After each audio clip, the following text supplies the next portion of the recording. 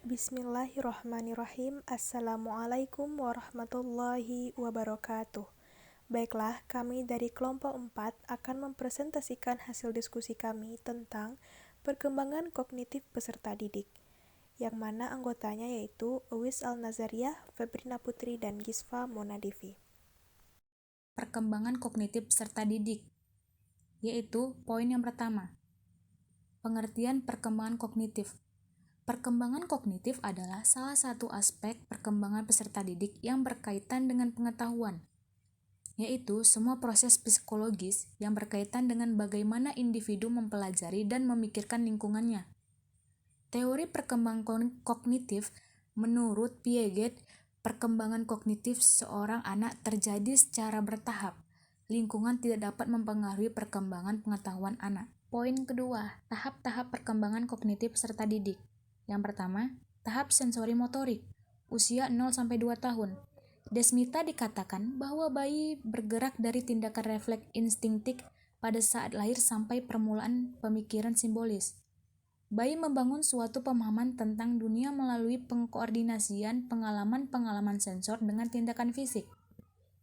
Yang kedua, tahap praoperasional, usia 2-7 tahun. Pada tahap ini, anak mulai mempresentasikan dunia dengan kata-kata dari berbagai gambar.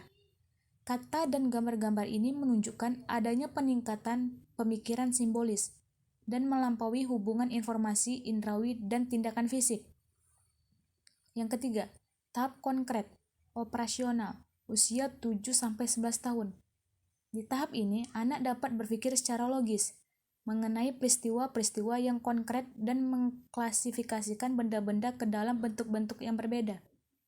Yang keempat, tahap operasional formal, usia 11 tahun sampai dewasa. Di tahap ini, remaja berpikir dengan cara yang lebih abstrak, logis, dan lebih idealistik. Perkembangan karakteristik peserta didik. Yang pertama, karakteristik peserta didik yang berkaitan dengan aspek fisik. Tugas perkembangan adalah berbagai ciri perkembangan yang diharapkan timbul dan dimiliki setiap individu pada setiap masa dalam periode perkembangannya. Yang kedua, karakteristik peserta didik yang berkaitan dengan aspek intelektual. Kemampuan kognitif peserta didik terus berkembang selama masa pendidikan. Bahkan setelah usia sekolah pun, pengembangan kognitif masih memungkinkan untuk dilanjutkan. Akan tetapi, belum tentu semua perubahan kognitif mengarah pada peningkatan kemampuan intelektual. Yang ketiga, karakteristik peserta didik yang berkaitan dengan aspek emosional. Masa remaja merupakan puncak perkembangan emosionalitas, yaitu perkembangan emosi yang tinggi. Dan yang keempat, karakteristik peserta didik yang berkaitan dengan aspek moral. Perkembangan moral remaja sesuai dengan tingkat perkembangan kognisi yang mulai mencapai tahapan tidak lagi hanya terikat pada waktu, tempat, dan berpikir operasional formal. Kemampuan berpikir abstrak, memecahkan masalah-masalah yang bersifat hipotesis.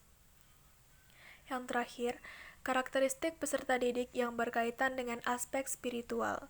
Kata spiritual berasal dari bahasa Inggris yaitu spirituality yang kata dasarnya spirit yang berarti ruh, jiwa, semangat. Kata spirit berasal dari bahasa Latin yaitu spiritus yang berarti luas atau dalam, keteguhan hati atau keyakinan, energi atau semangat. Kata sifat spiritual berasal dari bahasa Latin spiritualis. Hubungan antara spiritual dan religius yaitu spiritual adalah kesadaran tentang diri dan individu, asal, tujuan, dan nasib, sedangkan religius merupakan serangkaian produk perilaku tertentu yang dihubungkan dengan kepercayaan yang dinyatakan. Selanjutnya, faktor-faktor yang mempengaruhi perkembangan peserta didik. Yang pertama, pembawaan, yaitu karakteristik dari orang itu sendiri, dasar pemikiran dari individu berdasarkan kepercayaan dan budaya yang dimilikinya. Yang kedua, lingkungan keluarga. Keluarga sangat menentukan perkembangan spiritual anak, karena orang tualah yang berperan sebagai pendidik atau keyakinan yang mendasari anak. Yang ketiga, lingkungan sekolah.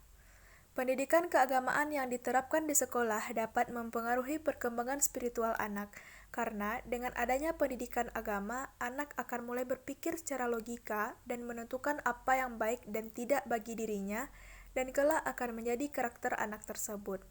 Dan yang terakhir, lingkungan masyarakat.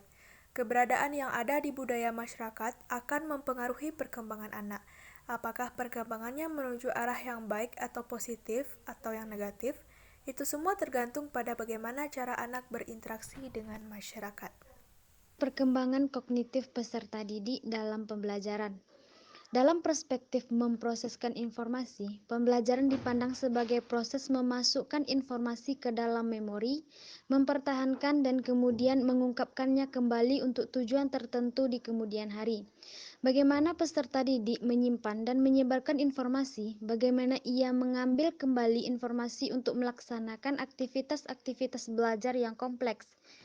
Jelas menurut adanya keterampilan kognitif.